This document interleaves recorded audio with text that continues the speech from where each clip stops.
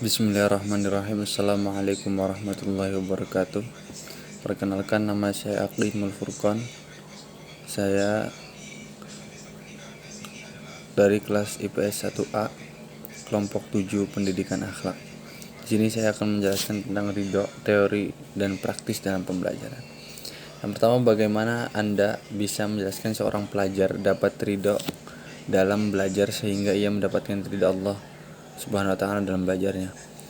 Jadi sebelum saya berikan jawabannya, yang pertama saya akan menjelaskan apa itu ridho sih. Ridho merupakan diambil dari isim masdar, yaitu radhiya yardha, yang berarti puas, rela hati, menerima dengan lapang dada atau pasrah terhadap sesuatu. Dengan kata lain, yang dimaksud dengan ridho secara harfiah itu rela, suka atau senang. Nah, seorang pelajar mendapatkan ridho Allah dalam belajar dengan meningkatkan takwa kita kepada Allah Subhanahu wa taala adalah melakukan segala perbuatan yang kita lakukan sehari-hari dengan sikap ridha, ikhlas agar mendapat ridha Allah. Ridha Allah adalah sikap ikhlas dalam melaksanakan jihad di jalan Allah serta segala sikap, perilaku dan tindakan kita sehari-hari. Ridha dalam belajar menurut Islam adalah mendapatkan keridhaan Allah dalam proses belajar. Untuk mendapatkan ridha Allah dalam belajar, seseorang perlu memperhatikan beberapa hal seperti niatkanlah belajar tersebut semata-mata untuk mendekatkan diri kepada Allah dan memperoleh ilmu yang bermanfaat. Usahakan untuk belajar dengan sungguh-sungguh dan konsisten, serta jangan lupa berdoa memohon pertolongan dan petunjuk dari Allah. Selain itu, ridha orang tua dan guru juga memiliki peran penting dalam mendapatkan ridha Allah dalam belajar.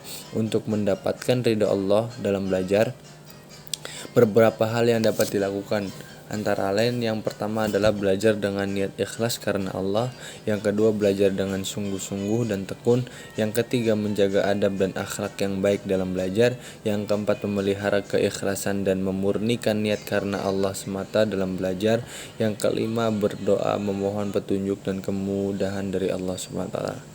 Selanjutnya itu bagaimana seorang guru dapat ridho dalam belajar mengajar sehingga ia mendapatkan ridha Allah.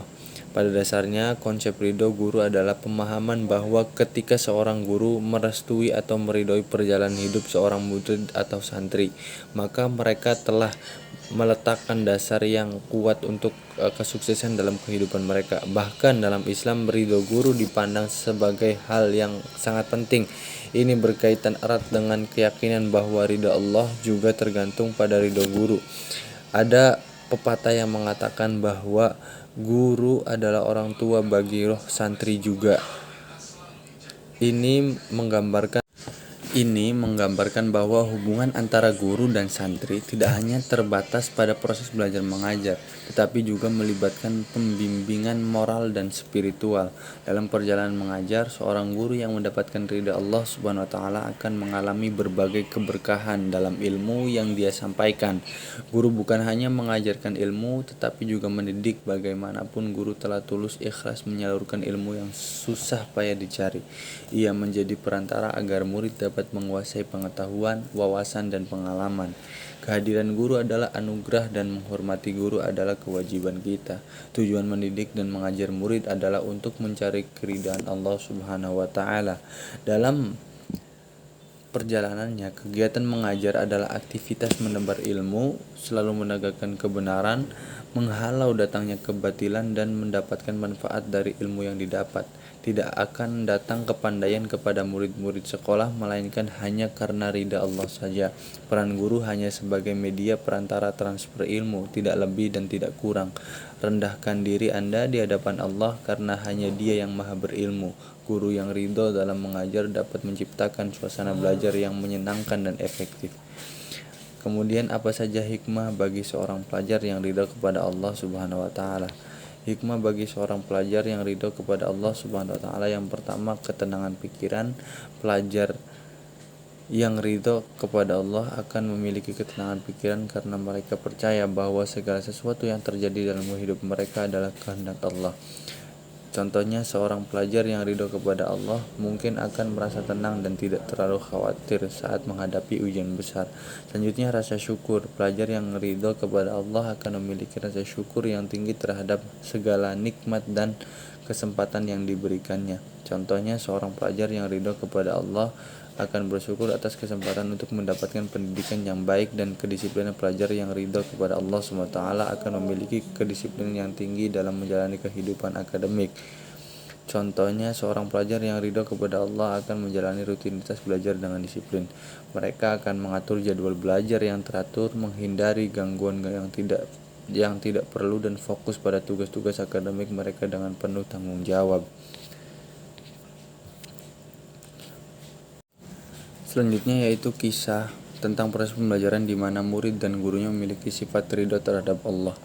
Jadi di sekolah SD, Dina adalah seorang murid kelas 6 SD yang rajin mengaji di sebuah madrasah sore dari di kampungnya. Ia belajar mengaji kepada Ustadz Ferry, seorang guru mengaji yang sudah berpengalaman mengajar selama puluhan tahun.